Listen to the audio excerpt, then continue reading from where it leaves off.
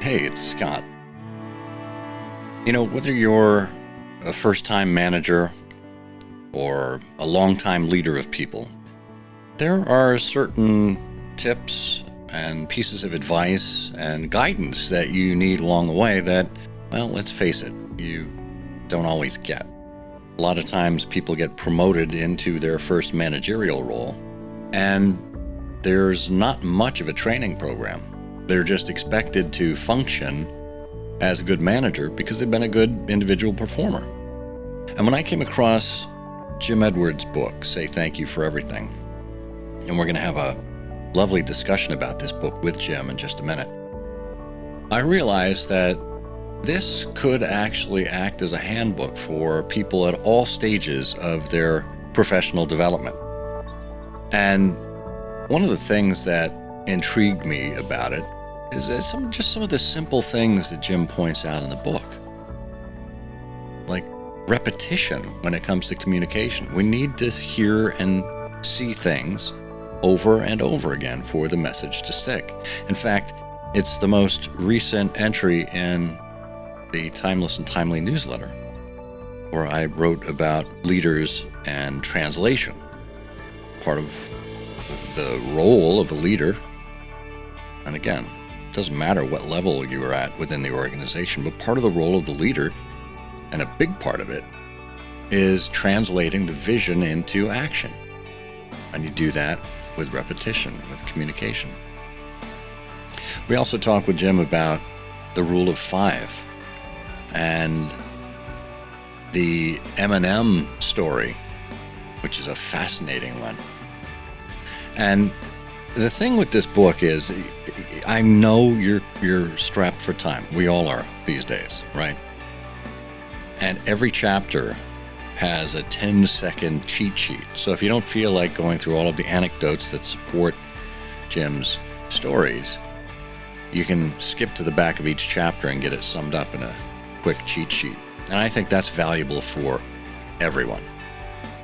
So I hope you'll join me in this really important episode as we speak with Jim Edwards. And most importantly, I can't wait for you to hear Jim tell the story about the worst job that he ever had and how it taught him the 3 most important things about management.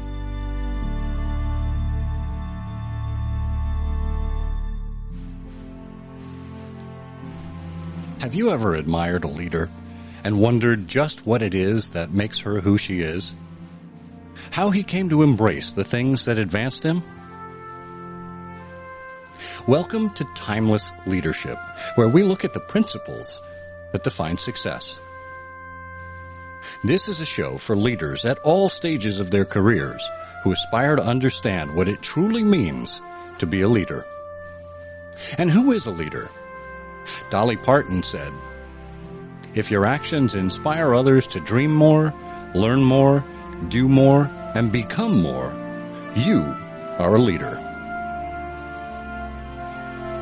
Together, we'll explore key principles, not only in the sense of fundamentals, but also in the ethical sense, the habits, character traits, and virtues that form the backbone of leadership.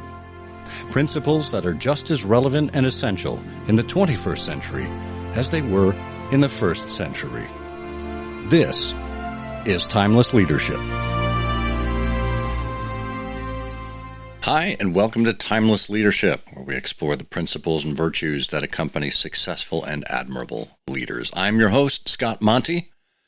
I was once an executive at Ford Motor Company, and now I do leadership and communication consulting and speaking.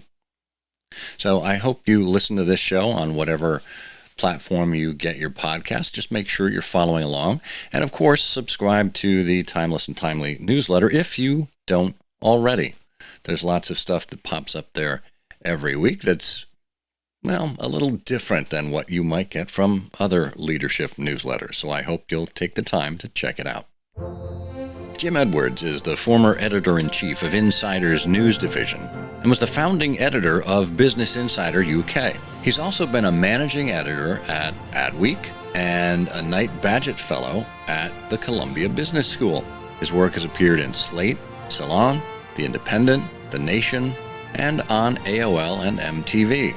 He won the Neal Award for Business Journalism in 2005 for a series investigating bribes and kickbacks in the advertising business. Jim Edwards, welcome to Timeless Leadership. Thank you for having me. So, first of all, I have to admit, when I saw the title of your book, Say Thank You for Everything, I initially thought it was a book all about gratitude. And it's not. It most clearly is not. What is the book about? So the full title is Say Thank You for Everything, The Secrets of Being a Great Manager, Strategies and Tactics That Get Results. And basically it's aimed at people who are newly promoted, who might be supervising people for the first time. Or it's aimed at seasoned leaders, people who've been managing a long time, but perhaps they've gone from managing a small team or managing a division they're used to, and they've made a big step up into something new and much bigger. I'm thinking it might be useful for like startup CEOs who are or founders of startups who might be used to running a small team, and then suddenly within a year or two find themselves trying to supervise dozens or hundreds of people, and they realize it's a very different ballgame.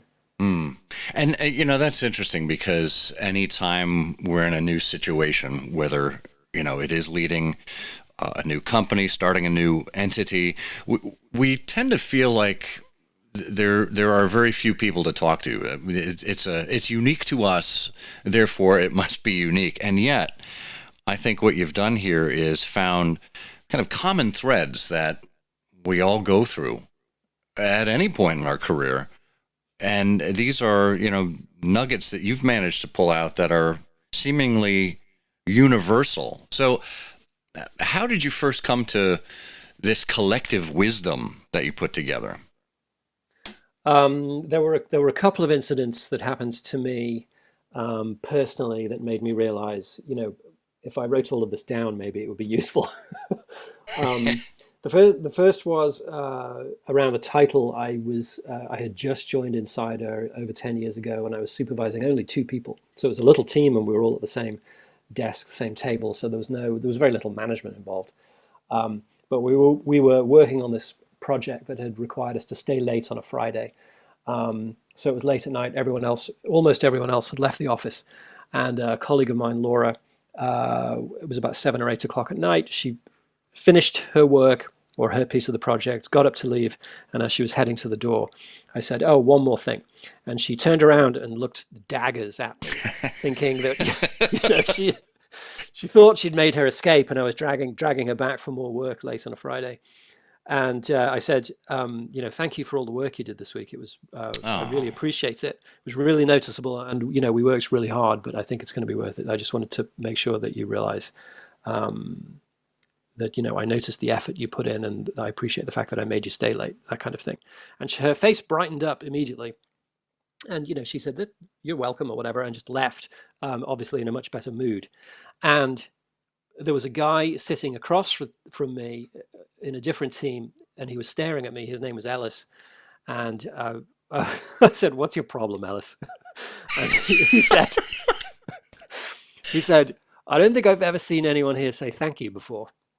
Whoa. And I was like, I'm not sure that was true universally, but when I was writing the book, I thought back on my own career, and I've worked for a dozen or more companies, and it is actually very common to not hear your boss say thank you for doing the work you did. And I found it's the easiest, simplest trick that can make you a better manager. If you demonstrate to your team, to your workers, that you actually notice and care and appreciate the shift they put in, they will appreciate that, and they will like that. A lot of time, what people want is to be appreciated and noticed, and they want their work to be recognized. And a lot of time, managers just assume that the paycheck is that, and it's not. It needs to be overtly said. So that was kind of the first thing. And then the second thing was this email that I sent sometime in about 2016, and it was actually an email I sent to Alison Chantel, who's now the editor-in-chief of Fortune magazine. She had just been promoted to become editor-in-chief of Business Insider, and I was running the British Business Insider UK. I was running the London office, basically. And I'd known Alison for a while, and when she was promoted, I called her on the phone to say congratulations. If you need anything from me, please let me know. And she said, I need all the advice I can get, actually, because I'm terrified, or words to that effect. I'm not sure she literally said she was terrified, but she, Yeah. it was a huge step up because her division was like 100 people or more. And so I went back to my desk and I began writing this email, which originally was titled sarcastically 19 Pieces of Unsolicited Advice. And I sent it to her. And over the years, whenever I promoted someone or whenever a colleague or a friend of mine got promoted to supervise people for the first time, I sent them a copy of this email because the advice in it, I found I wasn't changing the advice. Right? The text didn't need to be changed as the years went by. And I thought, and eventually these 19 things became the sort of the plan for the book, really. The book isn't literally 19 chapters based on this email, but, this was kind of how I pitched it to the publisher. I said, I have this email. A lot of people have seen it internally. It never changes. It always seems to work. Can we turn it into a book? And the publisher was like, yeah. That's what every author wants to hear, and you know what? It's probably the format that every publisher wants to hear too. Yeah, there's it's a nice origin story. Here's a legendary internal email that I turned into a book. Yeah.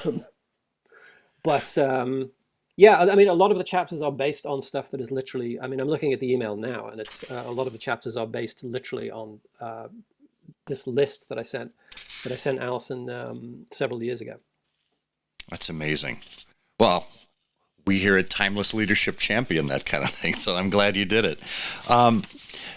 So one of the things that struck me that when you were talking about some of the origins of the iterations of the book, you mentioned that you had just 2 people on your team that you were managing. And I know one of the things that you talk about throughout the book is what you call the rule of 5. And it has to do with how many people you have on a team or how many people you manage. Can you talk about that a little bit and why that number is important? Yeah, sure. So this is one of the most difficult things I had to learn. And again, going back to your point that you made at the beginning of this podcast, most management training or most preparation for management that people get when they're promoted consists of nothing. You are promoted and people say good luck, and then you're just expected to do it and you're given no guidance whatsoever. And a big mistake to make, in my opinion, is, often you'll be promoted initially to supervise 1 or 2 people maybe, or a small team. And that's actually relatively easy because it's easy to just have a day-long conversation with your colleagues and people stay on the same page. But once you go above 5 people, for some reason, it suddenly gets a lot more difficult to communicate with everyone, even if it's just 6 people. If you try to schedule 6 people for a meeting so you can get everyone on the same page, someone's going to be out with a client, someone's going to be out with a source, someone's going to have childcare issues and can't make it, someone's going to be off sick. Someone will just forget to show up. It's suddenly just getting 6 people to just meet every week becomes really difficult. And the problem compounds and magnifies as if your career takes off and you have to supervise dozens of people and then maybe hundreds of people. Communicating with all these people, keeping them all on the same page and making sure everyone has the same mindset and the same understanding of what the mission is in front of them, this becomes really, really difficult. And communicating this properly is a job in itself, and you have to go at it systematically and consciously and proactively, and you have to realize that it is not the same as supervising a small group of less than 5 people. And the reason I'm fascinated by 5 is that a long time ago, and I'm going to struggle to remember this guy's name, a guy who was sort of like an agricultural scientist was trying to figure out why it was that groups that are larger than 5 start to become dysfunctional. And the reason is what he did was he created this experiment in which he asked farmhands on a farm to pull on a rope, and he was measuring how much how much pull they could exert on a rope. And it turned out that in teams of up to about 4 or 5 people, the more people you add to the team, the harder they all try to pull on the rope. However, if you have a team of 6 people or more than 6 people pulling on the rope, then each individual person actually starts pulling less. And this was discovered by the man's name was Maximilian Ringelmann. He was a French agricultural engineer, and he turned it into a research paper. But basically, as a rule of thumb, the more people you add to a rope pulling team, the less force each team member exerts on the rope.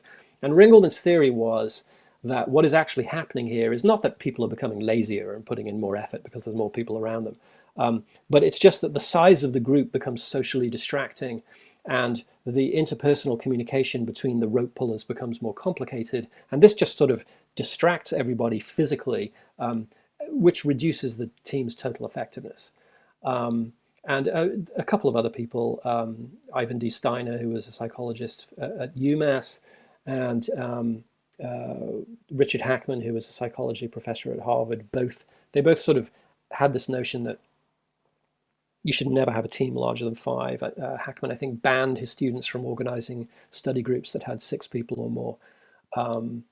And yeah, so this rule of, I call it the rule of 5 because there's a famous article that has appeared in both, or a famous study that has appeared in both Fortune and Forbes magazines that says 4.6 people is the ideal size of a team. Which is weird because you can't have 4.6 people, obviously. So I was just like, let's just call this the rule of 5. Like 4.6 is close as damn it to 5. Yeah.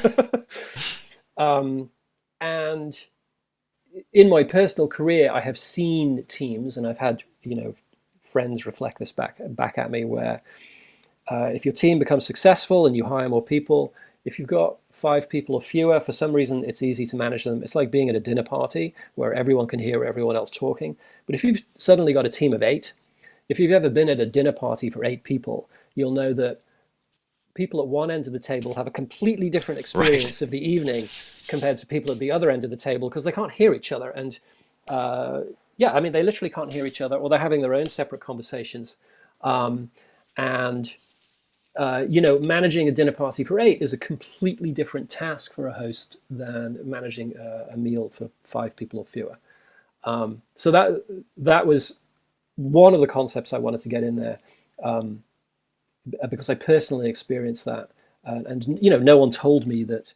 A big mistake I made as a manager personally at Insider was trying to supervise 8, 12, 20 people the same way I was supervising 5 people or fewer. And it took a long time actually for me and the colleagues who were helping me to sort of get it into my head that you cannot continue to run your piece of the company as if it's just you and a few friends sitting at the same table. Yeah, and I think that is so critical, because you look at your performance with the 5 or fewer people, and you think, well, I've done this. There's no reason why I can't do it with 2 or 3 or 5 more people. It's just logically, you just kind of make that extension. But in actuality, I think the point that you make there is about how you're able to develop and maintain relationships with each of these people. And that's really what it comes down to, isn't it? Yeah. Maintaining the relationships and maintaining the communication, and realizing that your job as a manager is a completely different job from the old job you had, whatever that was in the company. So I was in the news business, I was a journalist, right? Mm-hmm. In my day, even as an editor, supervising 1 or 2 people, my day would be spent on the phone with sources or taking people to lunch and trying to get them to tell me information. And,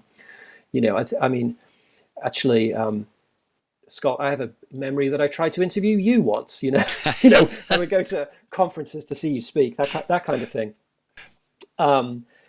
As a manager, though, you're not doing any of that. I mean, you might be doing a little bit of that, but really you're just organizing and supervising other people's work, and you're not doing any of that at all. Yeah. And that job, being their manager, it's a new job. It's a completely different job. It requires a completely different set of skills. and you can't walk around pretending that you're still doing the old job. Right. And that is, again, that is not obvious. I mean, it kind of feels obvious now that I've said it out loud, but when it happens to you personally, it is not at all obvious. And the mistake that many companies make is assuming that they often promote the person from their workforce who is best at the job, and they say, you were really, let's say it's car sales, and they say, you're really good at selling cars. Why don't you manage the whole team? Or why don't you manage the whole group?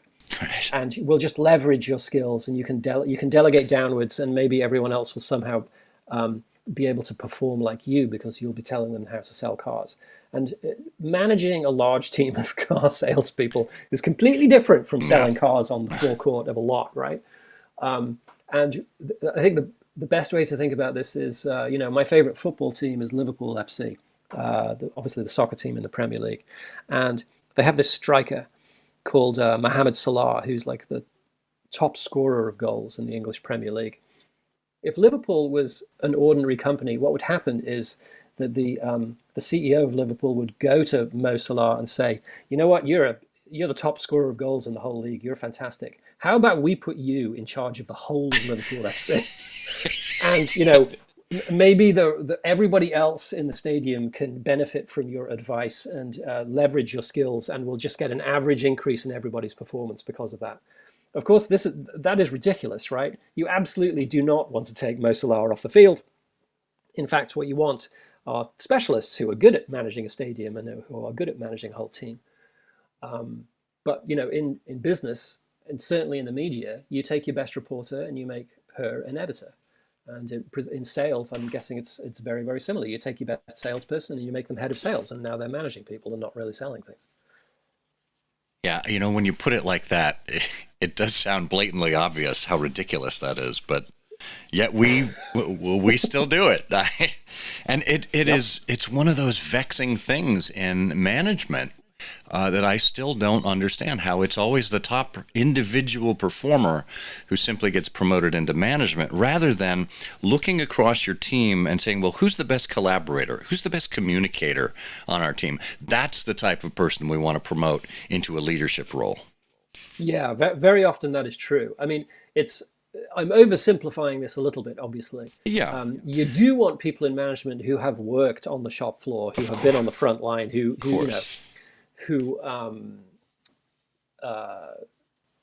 I honestly, one of the things I like to do is to hire people who have somewhere on their resume who have waited tables or tended bar or worked in a factory or something like that, because Sure. they know what it's like to be on the very bottom rung. Yeah. People, managers need to have knowledge of how the company works and what the reality of it is. You are right, though. The best managers are people who are just really good at communicating, people who like teaching people who like educating and encouraging people, and passing on useful skills, stuff like that. But in my experience, at most companies, they do promote the best person, and then they don't give that person any advice or training on management. They just hope that they will be good. And even if they do management training, I always say there's two types of management training in 99% of companies. There's the first type of management training where you do get some management training and it's really boring and it's really bad, and everyone hates it. And there's usually like a seminar with a role-playing game in it. Yeah. And if you've ever been on an internal management training course, you'll know exactly what that's like. And they're often just terrible. And I don't really understand why management training is so terrible, but it just is. And then the second type is zero training of any kind whatsoever. And the training consists entirely of people looking at bad bosses and going, if I ever get promoted, I'm never going to behave like that. Right. I mean, there's a lot of power in the negative, but at the same time, you still need to fill that gap as to, okay, we know what not to do, but here's some tools and examples of what to do instead. Yeah. So, which leads me to, I think, one of the most intriguing chapter titles in your book. And I should mention for folks that are interested in the book, it's divided into 4 sections. One, you talk about leadership, another about productivity, a third about people, and the last one is about decisions.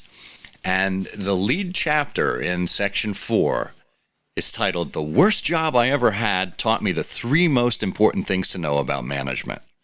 So, Jim, I have to know what was this worst job, and what are the three things that you learned? So the worst job I ever had was actually the first job I ever had. I was working in a cardboard box factory, and I drove a forklift truck to move pallets of cardboard boxes. The boxes are flattened and piled up and sort of bounded together, so each like giant square of cardboard boxes weighs about a ton. And we also delivered glue and chemicals to people. Um, and it was minimum wage. I think I earned £3 an hour. And the factory was, it was a sort of giant warehouse. The doors were open because trucks were coming in the whole time with waste cardboard, which we had to sort of reclaim and turn into usable cardboard boxes. And this is in the north of England, where it's very often cold and rainy. And it turns out, particularly in the winter, I discovered that cardboard has to be kept dry, but it does not have to be kept warm. So in the winter, you go to work wearing boots and a scarf and gloves and your winter coat. They really didn't care. The weather outside was the weather inside, basically. You're really selling it here. Yeah, and I was also a truck driver, right? I delivered the boxes to our customers it wasn't quite a heavy goods vehicle, but it was the largest truck you can drive without the heavy goods vehicle license.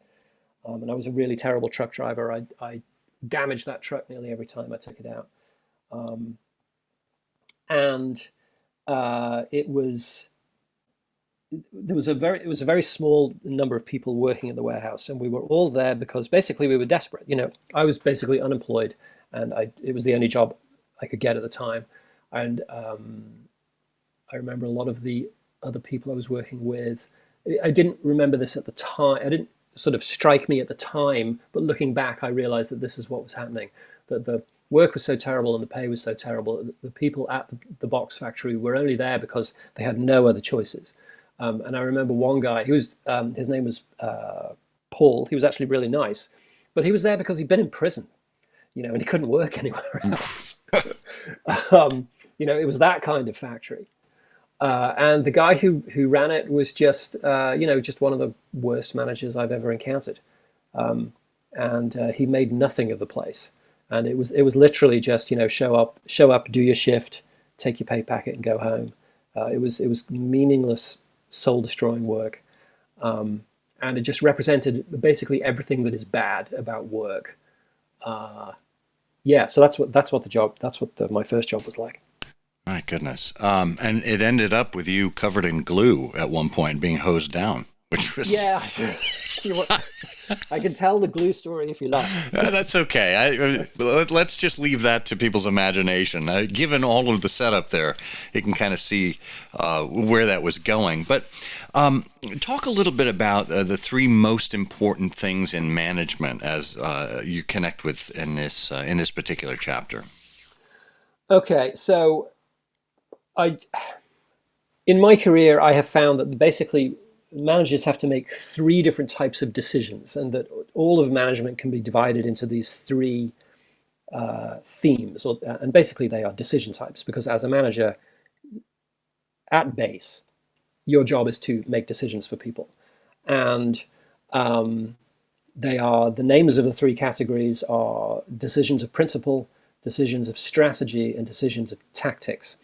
And these are decisions that are, decisions of principle are the most important type of decisions you're going to make. These are the kind of things that affect the core of the whole company. Like, what does your brand or your company really stand for? What are you willing to not ever compromise on? What are you willing to lose money on, basically, because you believe in it, because you're just not going to compromise this vision. And principle is about the whole organizing narrative of the whole company, and you should know what that is, and your people should know what that is. And then there's decisions of strategy are very, very important decisions, and typically decisions of strategy are things like, should we launch a new product into a new category or not? And these are decisions that can make or break companies. And if you get a strategy decision wrong, you can bankrupt your company. They often feel as important as a decision of principle, but they come in different shapes of sizes. It is obviously possible to launch a new product and for the product to not be popular, and for you be able to roll it back without too much damage. But nonetheless, it's about strategy decisions are kind of like, what kind of business are we going to be in and how are we going to pursue it? They're pretty big decisions. At one point in the book, I say, basically, these are decisions that are going to cost you a lot of money. And if they go wrong, it's highly likely that people will get fired. With decisions of principle, the whole company is at stake, like the soul of the whole company is at stake. And then the third category, the most trivial category, is about tactics. And tactics is basically about everything else, from something like, should you add one more salesperson to the team?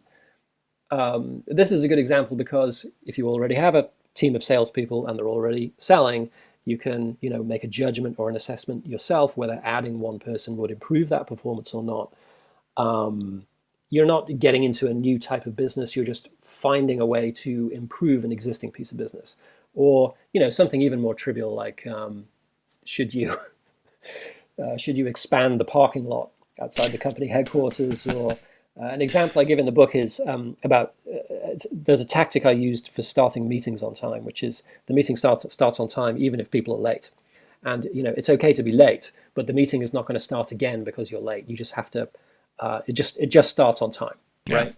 And once you get the message across to everyone in your team or division that the meeting will start at 4:00, it will not start at 4:10 if everyone turns up late. Pretty soon it turns out that, first of all, people will show up to the meeting on time. And second of all, if a few people are late, actually, it doesn't really matter. Companies do not go bankrupt because occasionally someone is late to a meeting. So, and in my experience, and I'm happy to be challenged on this, but almost all management decisions fit one of these three boxes: principle, strategy, or tactic. And so recognizing which type of decision you are making at the time you are making it turns out to be really, really important. And sometimes, usually it's easy, but sometimes a decision of principle comes disguised as, a tactic or a strategy. And if you treat it like a strategy or a tactic, you can really end up paying for it later, basically.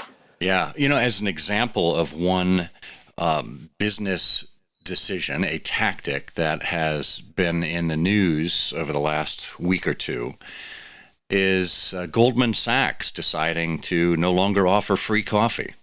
Now, in the big scheme of things, it's not a huge decision. It's not going to affect their bottom line. I don't even know if free coffee was affecting their bottom line to begin with, but it sends a message.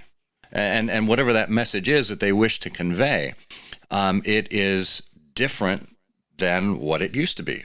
They are perhaps approaching things in a different way, or thinking about morale in a different way, or thinking about productivity in a different way. And this is simply an indicator along those lines. It's just a tactic. Yeah, that is a really odd decision, actually. It is. Well, especially when you look at, the Silicon Valley giants that choose to do free food at all of their campuses for all of their employees, as a way of literally saying thank you to their employees for spending all of their valuable time there. The investment banks, well, they don't play the gratitude game, I guess. So, yeah, the Silicon Valley example is interesting because, first of all, workers do like it if there's a really good cafeteria or if there's really good free coffee. Right. And, typically at these tech startups, and certainly at Business Insider, on Friday, we would have beer in the fridge. Hey, right? There you go. And so people did like the free little perks. And I do remember the day at Insider when the former president of the company, Julie Hansen, decided, we had free food in the kitchen, snacks for people. But she decided she was going to put the whole company on a health kick, so she got rid of the peanut M&Ms. Oh, jeez, that's protein. I was like, come whoa. on. I was like, jeez. I ate a handful of those things every day. I really missed them. That was. But the other thing is in Manhattan, and it's getting this way in London too. If you don't provide free coffee and your office is on the 36th floor, then your workers have to go outside to Starbucks to get that coffee. Yeah. And the journey in the elevator down from 36 floors down to the street and then 2 blocks away to the nearest Starbucks, you're talking 25 minutes now. Yeah. So That's a you're really going to lose people. And yeah. I've seen Goldman Sachs. Goldman Sachs has a massive tower in Jersey City. It's the tallest building in New Jersey. Yeah, they're going to lose a lot of worker minutes there. It's a very odd economy. It is odd, and I don't know what message they're looking to send there, but again, all of the focus is now on this tactic versus the example that I just think is lovely that you used in your book regarding principle was Apple versus the FBI. And here there was a case where the FBI wanted access to the phone of a terrorist. They wanted Apple to help them unlock it. And Apple's take was, no, we're not going to help. And we don't care if national security is at risk. Our core principle is we do not broach security and privacy of our customers. And if we do it for you, who's to say somebody can't take that software and go do it for somebody else? And what initially turned out to be a PR disaster turned out to be a huge PR boom for them. Yeah, yeah. I mean, in hindsight, that was an extraordinary stand for Apple to take, and I don't think people realized how important or how difficult that must have been for them at the time, because they were being criticized by, the U.S. Attorney General, and they were literally protecting the privacy of a terrorist who had murdered people. And they were saying, no, we're not going to help the FBI. We are not going to create a piece of software to open up that phone, because if we do that, their argument was, it will immediately be copied and hacked, and then it will be used by just anybody, the Russians, the mafia, whoever, and nobody's iPhone will ever be secure again. So we can just never do this. And they took an absolute beating in the press. Bob Barr, the former U.S. Attorney General, berated them repeatedly for not helping the FBI. And they didn't cave. They just didn't cave. And when you fast forward a few years, if you think about the top tech companies, I'm thinking Apple, Facebook, Google, Amazon maybe, which of those companies do you associate with the gold standard of privacy? Like, if you want privacy, if you don't want your data all over the internet, if you want your communications with your loved ones to be private and secure and safe and encrypted, which of those companies would you choose to trust with your data?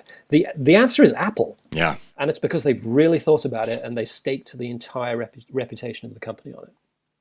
Yeah, and I mean they've doubled down on it with updates over the last year with the do not track. Ask apps not to track you across the web, and whether that is foolproof or not, that's another thing. But at least they're trying, and they're doing something consistent with that principle that they put out there. Yeah, and that anti-tracking stuff is also a competitive advantage for them, right? Because Yes. it fouls up Facebook's advertising business, and it doesn't help Google's advertising business. And now cookies are going away. These are all sort of dominoes that topple into each other. So what I'm saying about principle is that principle doesn't always have to be sort of very lofty and ethical and high-minded. It can actually be about what is the fundamental basis of our business. Yeah. And for Apple, one of the fundamental bases is privacy, but it also provides this competitive advantage by fouling up the businesses of these competing companies. Another example, a simpler example I give is, there are two airlines, Ryanair and British Airways, and they're run on completely different principles. Ryanair is about short, cheap flights in the same plane every time, and British Airways is about long-haul flights where they offer people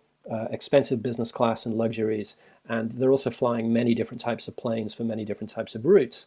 And the result is, so they run along two different principles, basically. Ryanair is effective and cheap, and British Airways is long haul and premium pricing. And the result is that even though they're both airlines and nominally in the same business, they don't really compete.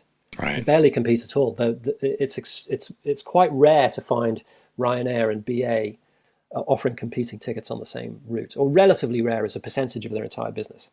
And having that kind of differentiating principle, so it can just be about the mechanics of the commerce of your business. But people don't realize how effective that can be if you get that kind of principle right. Ryanair flies more routes than any other airline on the planet, and it basically only operates in Europe. It doesn't fly a single transatlantic flight. Yeah, so it's huge, and people don't realize how effective Ryanair has been doing that one simple thing. They basically made a simple decision of principle. We're only going to do short hops, and we'll do them in the same plane, and none of our flights will last longer than 3 hours, and that will be the entirety of the business. And now they do more routes than anyone else. Yeah, it's incredible, the power of focus when you really center your strategy or your principles around one particular thing. It's a lot easier to execute. Well, one of the things I wanted to land on here under the people section, and I think this is so important. You talked about the notion of managing up, and we all have to manage up, no matter what level we are in the organization. Even a CEO, I mean, they're managing the board. And in our personal lives, we have relationships with people, and there are certain ebbs and flows, gives and takes of communication. We need to learn how to manage up. And part of how you expounded upon that was, and I'm going to reference another number here. You referenced level 4 behavior. Can you take us through these 4 levels and how that relates to addressing problems that come up as you're trying to manage up? Sure. So I first learned about level 4 behavior from a guy called John Hegerston, who is the vice president for strategy at Insider's intelligence unit. And he wrote an article about it. And I read this and I was like, oh, wow, this is actually completely true. This is great. And it was a very popular article internally at the company. And he was trying to describe the sort of the 4 types of employees you might encounter if you are trying to make a decision about who to promote, basically. And what you want to do is you want to promote the people who are operating at level 4, not the people who are operating at level 1. And the sort of a level 1 employee is basically always asking, I have a problem, what should I do? And typically you get this from new employees or people at the beginning of their careers, they're sort of entry-level employees who are just brand new to the business and don't know what's going on. And so every day they have to ask, what should I do? What should I do? How do I solve this problem? What do you want me to do? And this is fine if you are brand new to the company and an entry-level employee, but you can't, if you've got a member on your team who's been at the company for years and years and years, and every day they're like, okay, what do you want me to do? This is not someone you want to promote, obviously. Yeah. Level 2 is when you have a team member who basically says, we have a problem and here are some potential solutions, right? So this is someone who clearly has some understanding of the business, and they're trying to present their managers with solutions with potential solutions.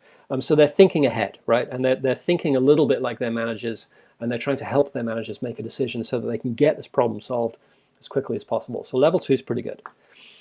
Level 3 is when you have a member of staff who is so good at their job and so trustworthy that they can come to you as the boss and say, this problem came up, these were my options, I chose to do this, and here's why I chose to solve the problem this way. And this problem is now handled and has gone away, right? So this is someone who has almost taken a bit of a risk because they have assumed that that their boss will agree with their decision, but they have basically solved the problem before it got onto their boss's radar. And solving a problem before it gets onto your boss's radar is actually an enormously useful thing. And it's the kind of thing that when you, the manager, look around and you think, okay, who's going to be promoted? What you want is the person who is like solving problems for you all the time. And it's handled is, this is music to your ears if you're a manager. And then level 4 is like when you say, is when the employee is sort of anticipating problems that are going to come up in the future. They have not yet happened, but they are plotting strategy for their bosses, and they're saying, it looks like we're going to have this problem. Here are some options that you might choose to solve it. They're predicting the manager's needs, and they're basically just sort of operating at the next level. basically. In other words, their knowledge and understanding of the business is they're already good enough probably to be running a team themselves because they are thinking like their boss, and they are anticipating and heading off problems basically before they happen. That's music to any leader's ears, really. And that's what makes the difference, is being able to think outside of your own self, out of your own sphere, and think about others around you. And that's how you know you've got great potential leaders in front of you. Yeah, yeah, and I mean, I think anyone who's been at work ever, at any kind of work, will have experienced this. There'll be someone on your team who is just like really productive, but just like solving problems without being asked the whole time, Hmm. right? And Yeah. then there's someone else on the team who's just like constantly coming to you and going, "I need your help. I need your help. I need your help. Can tell me what to do about this."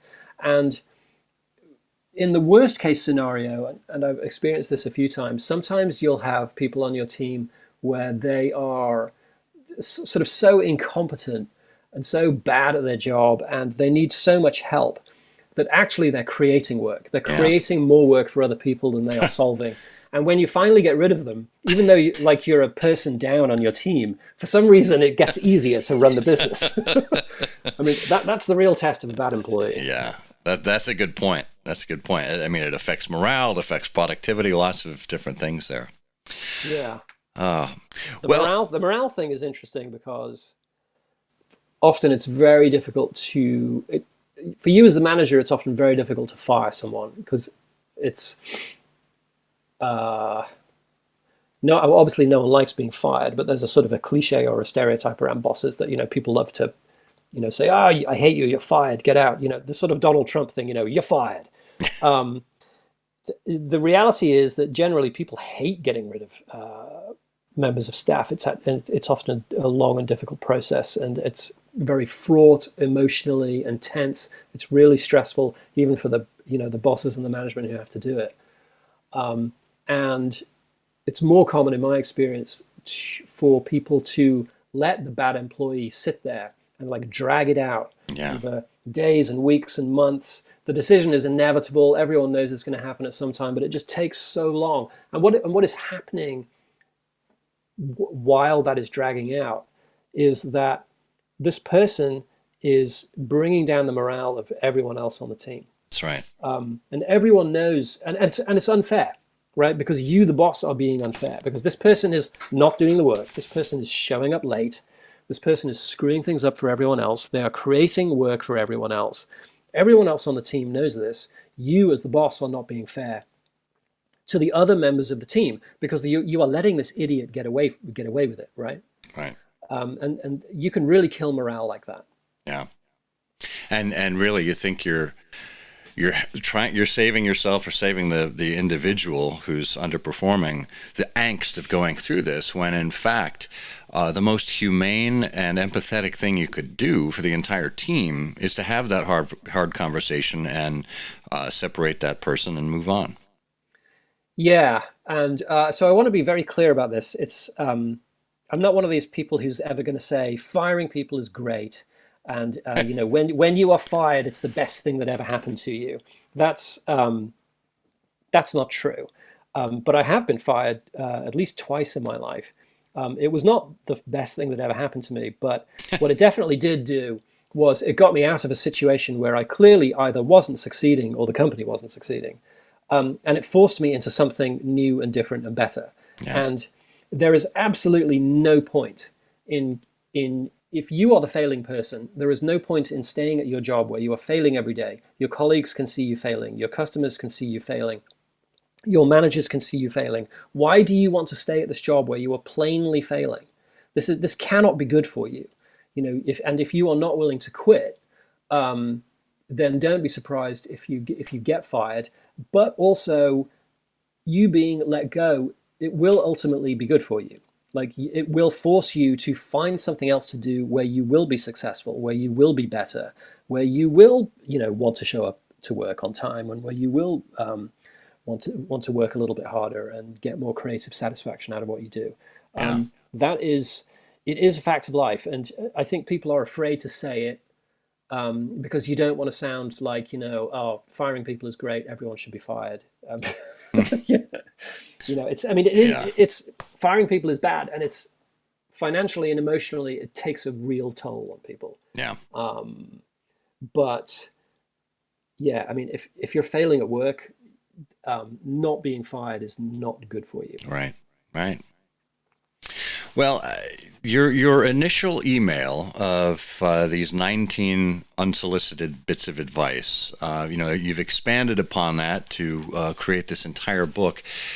Do you think this is the final word on things, or are you collecting other secrets of being a great manager as you're going along, and will there be an updated edition of the book at some point? So what has happened since I've written the book is that people are coming up to me with anecdotes about their bosses and managers that are even funnier and even worse than the ones in the book. And so if my publisher lets me write a sequel, I think I'm gonna. What I'd like to do is write a sequel called something like The Big Book of Really Bad Management, where I just collect like the funniest, most disastrous examples of really terrible managers and try to construct that into a sort of course that you can use to not be like that and to do the opposite of that. Hey, I'll give you a bit of free branding advice on it. Call it Not Safe for Work. Just put NSFW across the thing. People will buy that in droves. Well, this book is Say Thank You for Everything, The Secrets of Being a Great Manager, Strategies and Tactics That Get Results by Jim Edwards. Jim, obviously people can buy this wherever books are sold, but where else might they go to find out more about you or to connect with you? So I'm on Twitter at Jim_Edwards. I'm easy to find on LinkedIn. I'm on Instagram at Jim Edwards 123. I mean, if you Google Jim Edwards, Say Thank You for Everything, or Jim Edwards Insider, you can find me. I'm not hard to find, to be honest, and I'm happy. I should say to your listeners, I'm happy to respond to emails and DMs too. Sometimes people don't, but I like to. Excellent. Well, we will put links to all of those in the show notes to the episode here. Jim, I would be remiss if I did not say thank you for being here on Timeless Leadership. Well, thanks for having me. I really enjoyed it. Leading people is no easy task. When we think about our own experiences of being managed, it should inspire us to consider the many ways to apply principles, strategies, and tactics to this essential work. And we should say thank you to everyone. Thank you for joining us and for being an advocate for timeless and principled leadership, whenever and wherever you find it. I'm Scott Monty.